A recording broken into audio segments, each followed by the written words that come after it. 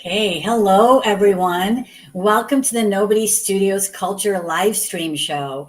I'm Sejal Thakkar, your host and the Chief Culture Officer at Nobody Studios. And today we have a special guest, my good friend Karen Zeigler. She works with organizations to empower their leaders so that they can innovate and thrive through design thinking. So welcome to the show, Karen. Oh, thank you, Sejal. I'm so happy to be here with you. Hanging out with you is always fun.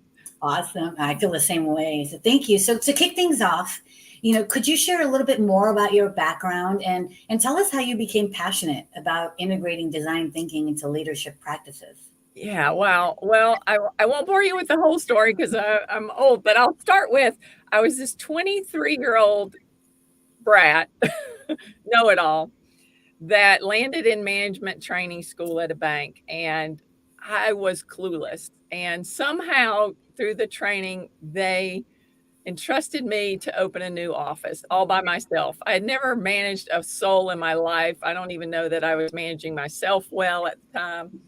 I had no clue. And not only did they assign me a branch to manage right out the gate, they also assigned me a new office. So one that was just being built, brand new location. And I was scared, you know what? and but I had studied leadership already at that point because I'm a avid learner and reader. I knew that I had to build trust with the people that were going to work for me. And I knew that as an introvert, I was a great listener. So, kind of intuitively, I sat down with all these people because they surrounded me with people that had years of experience. Even though it was a small team, I think we had 3 or 4 people. I don't even remember at this point. I sat down with each of them because they had decades, in some cases, experience more than me. And I just listened to them. I said, you know what? I know we don't have a single customer at this point. I know that, I don't know what I'm doing here, but I believe we can be in the top 10 in our region. And you have been given to me as a gift with your experience. I think we can do it. What do you think that looks like? You've worked in a number of locations. What works? What doesn't work? How can we do it better? And we ended up that year launching that new location, winning a sales trip, being in the top 10 of our region. And I just began to repeat that process that I didn't even know I was doing at the time. And several decades later, several distinctly different careers later, I finally decided to take my own lessons as a coach that I'd learned throughout the period and applied Simon Sinek's Start with the Why program to myself. And in one of the exercises, he asks you to look for patterns in your life. And what are the patterns that you just do without even thinking about, almost unconsciously? And it's when you're delivering your best work and feeling your best, and you're just on a high doing those things that you just don't even realize you're doing. And so it came down to 5 things, and I called it at the time that I discovered it, the track my brain runs on. And I said, okay. And I'd written a couple books at that time for the nonprofit that I was doing work with or had founded. And I said, okay, if I'm going to succeed at these 5 things that I love to do, that I would do naturally, I need to learn how to write about them, how to speak about them. And so as I began to do my research on how to talk about these as a consultant, I discovered they were design thinking. And so I went to college, went to a postgraduate degree in innovation and design thinking. And yeah, the rest is history. But the reason I apply it in my world to leadership is because that's the only place I'd ever applied it. In the positions that I was in, the products were already set. All the things, the services were already set. I was applying it to my team and how I led my team. And so that's, I prefer to be totally authentic. So I wasn't going to come out here and start preaching to everyone about product design or service design, when really what I'd applied it to was leadership. And so that's how I got here. And it's what I'm most passionate about. That's inspiring. Thank you for sharing. And so as I was sort of getting ready for today's show, thinking about what you're good at, right? And I call it your superpower. Some of the articles when I was reading confused me a little bit because some of it referred to it as design thinking, and then others call it leading by design. And I wanted to ask you, are these the same thing? And then maybe you can explain what they are for us. Yeah, in my mind, they're the same thing. But because when you say design thinking to most people, well, when I first started talking about design thinking, people were approaching me for remodeling sales jobs, furniture sales. Design in and of itself is a very, very broad term. And design thinking was something that people were still wrapping their heads around. And so for me, it's not just design thinking, it's the application of design thinking to leadership. And so that's why I coined the phrase leading by design. Love it. Yeah. Because I was trying to figure that out, and that's where I knew you were going to go with that. But I was like, why are they using these almost interchangeably? Because I see them as different as well. And I like the way that you're applying it to leadership. So maybe you can share a couple of practical examples. You already did share one right at the beginning, working with the bank, but maybe you could share, how your approach to leading with design and working with leadership has led to positive change, maybe in a couple of organizations that you worked with. Yeah, I think what worked for me in those days when I didn't have a clue as to what I was doing, and what works for me now as I help organizations, is you're really tapping into the potential of the people that work for you. And you're not only, tapping into their potential, you're also letting them co-create the vision with you. So yeah, as a leader, you have to have a clear vision. You have to know what that vision is, but there is a part of aligning the vision and your own purpose with the purpose of every individual on your team. And so I think that's where I find the greatest enjoyment, the greatest success, and that is helping leaders see the potential of their employees, which often is rooted in their creativity, and begin to connect the dots, if you will, between the individual purpose, the leader's purpose, the vision of the organization, and how that all comes together to create a successful organization, team, whatever the case may be. Yeah, I mean, it's so important, the work that you do, right? I think just even starting with the basic of teaching leaders how to empathize with their people. I mean, that in and of itself, can lead to helping people, like you said, unleash their potential. I love all of that. Thank you so much. And I won't lie. When I was 23, I was practicing empathy, but there was zero empathy there. I was all about the success. But it's amazing when you practice something, whether your intentions are right in the beginning, over time, you develop the true skill and practice and art of empathy. So even if business leaders, they're not known for their empathy because, otherwise they'd be in a nonprofit. Just the beginning of practicing it will develop the skill in them. Absolutely. And we're definitely shifting in that direction, right? And I've seen in organizations, how it's helping, right? Leadership. And it's about building those teams, right? And that the word that you used really is one that I'm using a lot, co-create. Yeah. Right. I mean, I don't remember using that word a lot as a lawyer. I didn't use it as a banker either, but it's definitely what's going on when you're doing that. Absolutely. And as you know, at Nobody Studios, we've got teams and consultants scattered all over the place, right? And so applying these sort of leading by design principles is something that has to be a natural fit for our studio, right? So give us some tips. What can the studio, what can our leaders at Nobody Studios do to integrate some of this design thinking into, things like you talked about, improving employee engagement, collaboration, building stronger team dynamics, and obviously we want cultural inclusivity as well. So what are some things that we should be looking at? Well, that was a mouthful, so you might have to keep me on track, but I might lose my way here. But leading by design, it does all those things. And so, what I always start with, and tomorrow I start a Design Thinking for Leaders workshop series. And what I always start with is getting that vision clear. Oh my gosh, it is so important. And vision is not just some lofty aspiration. It is a daily experience that's going to lead us to that aspiration. So often that's why people drift from their vision. That's why employees don't connect with their vision. It's not kind of boiled down to its essence. So I always start with vision.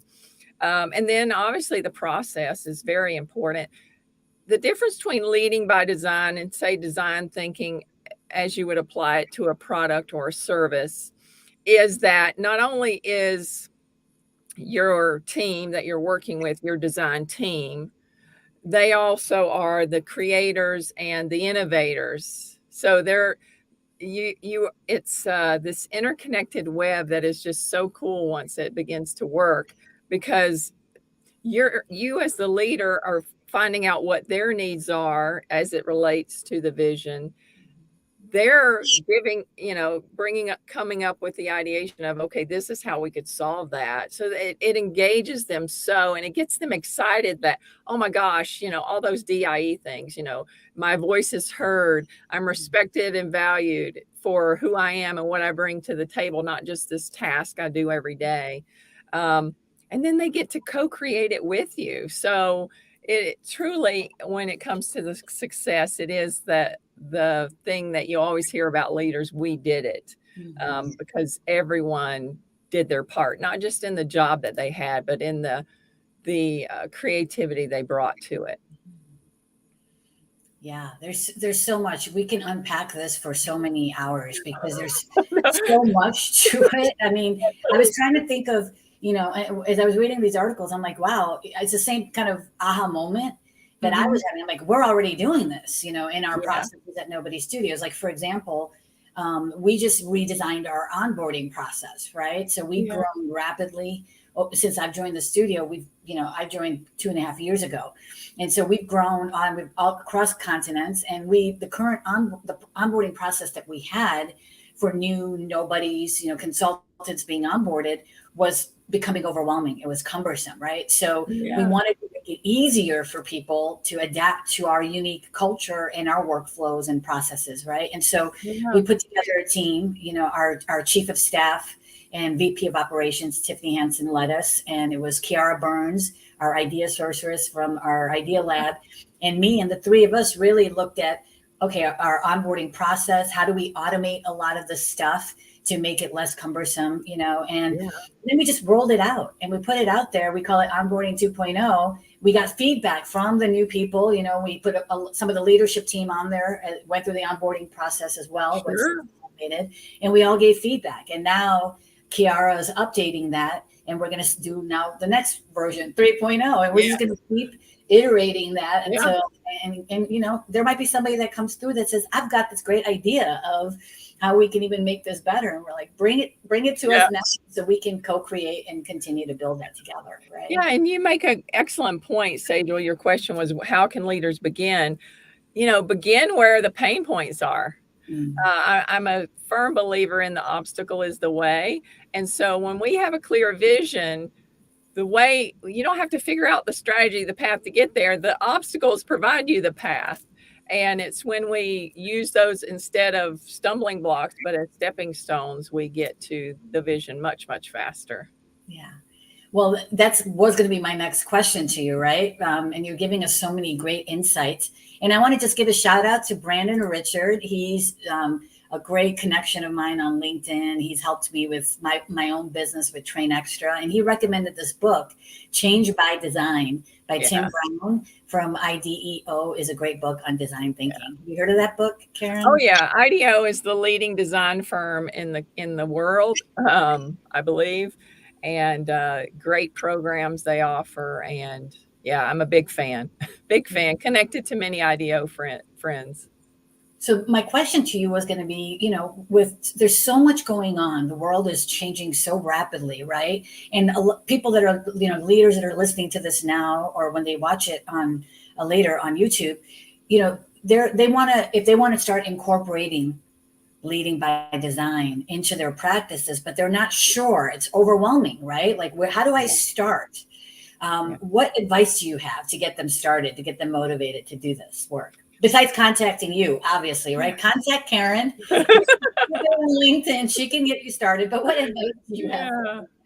It is overwhelming, and it's important to understand design thinking is as much a skill as it is an art. So, anybody can pick up a skill, go take a Udemy class, maybe even an IDEO class, and learn the 5 principles of design thinking.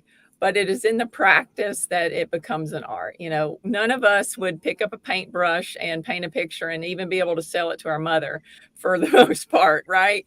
So, but you have to start with learning it, and then it's a practice, just like any leadership quality that you embrace and embody. It's because you practiced it. But I would say that wherever there's a stumbling block, an obstacle, wherever there is polarity, there's a lot of polarity in organizations going on today: work from home, not for work from home, work from anywhere. Wherever there's a polarity, design thinking has the great ability of focusing on the needs of the humans, even if they seem miles apart, right? And bringing them together to design something that works for everybody. And that's how it becomes innovative, because when you bring people together and you meet their needs, and they co-create it together, you create new and exciting things. Will it be, the next Apple iPhone or whatever?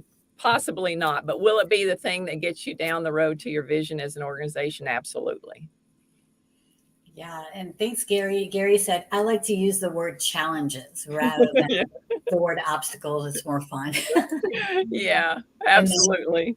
And then we see, this is really resonating with a lot of people, a lot of comments coming in, and somebody else wrote, and if I mispronounce this, please forgive me. Oladi Meji wrote, Gary, I believe that there's a strategic reason Karen used obstacle. So now there's some debates going on what word we use, and words do matter. So thank you everyone that's joining us for engaging in that. Well, Dimitri's a personal friend and a fan.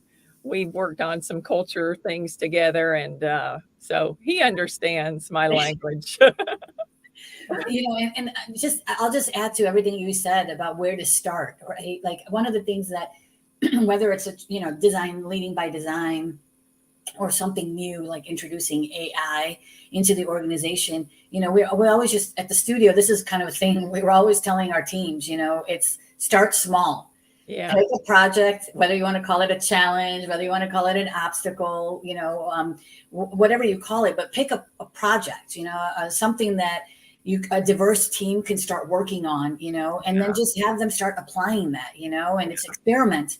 We embrace experimentation, and this. Yeah. We submitted so many ideas to our idea lab, and we're always looking at, okay, let's experiment within the studio. Let's learn from those failures and iterate. And then over time, it's really starting to become part of our leadership DNA at the studio. Yeah. Yeah, absolutely. Yeah, most definitely. And then you've got some more people chiming in here. We've got Matt saying one of the most pragmatic tenets is the obstacle is the way. True, right? Move towards it. Don't run from it. And so, Karen, as we wrap up, I'm curious. I love the work that you're doing, and we appreciate you've supported our studio from the beginning. You're visibly supporting us, helping us raise awareness. You've submitted tons of ideas to our Idea Lab. And so how would you like to use your superpowers to take Nobody Studios, especially, culture, to the next level? Yeah. Oh, when I look at Nobody Studios, one, I identify with your vision and your values and your culture really at my core. But when I think about, if I could just, put my skills to work in there, it's almost like a 7-course meal to me. That because I love variety and I love challenges. For Gary, I'll use the challenges word. And I think when an organization like Nobody is tackling the vision that nobody is tackling, wow, what an opportunity. And I had the opportunity just a few weeks ago to connect with Kyle Kane, another Oh, Nobody good. who's amazing, and did a little UX project on one of the NewCos, and I would say that's like an appetizer for me. It was wonderful. It was Oh, tasty and good. quick and easy, and but there's so many other things that design thinking could be applicable, and I can't even begin to tell you what the list is because I'm only looking from the outside in. But my initial kind of gut feeling would be, you're bringing on a lot of new companies, a lot of new company leaders, and maybe they are like that 23-year-old me who had no clue about how to Mhm. lead a company. And so design thinking and teaching them how to lead by design, would be a great benefit to the new co's. Uh, then there's, those pain points like your hiring system or your onboarding process. Those things, obviously, maybe they're the main course. I don't know how to stack this meal up, but I see a lot of opportunities, uh, and the variety is certainly exciting. Awesome. Yeah. Well, you shared some excellent insights with everybody today. We've got lots of people chiming in. Tanka said insightful discussion. Kimberly Weefling's in the house again, and she's a phenomenal human. Karen, if you haven't connected with Kimberly, I'll connect the two of you.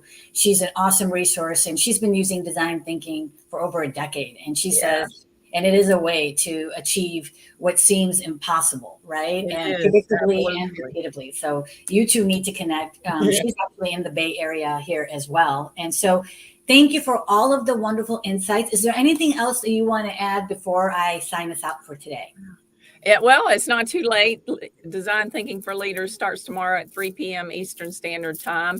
If you message me on LinkedIn, I'll connect you with the pre-work. It's just a few questions to give you some thought about your vision, because that's the first topic up for tomorrow's conversation is vision. And so what is the best way for people to get a hold of you? I said LinkedIn earlier. Is Yeah, that definitely LinkedIn is the best way, or through my website, Design for Innovation. perfect? Awesome. Thank you, Karen. It's been so enlightening to talk to you, just like I knew it would be. And Yeah. for everybody that's joined us today on this journey into the world of design thinking, stay tuned for more exciting conversations about Nobody Studios culture on this live stream. If you've missed prior episodes, go to our YouTube channel. Nobody Studios has a YouTube channel. If you subscribe, then you'll get notified of all of the live streams that we're doing. And also this Friday, we have a special, The Making of a Nobody.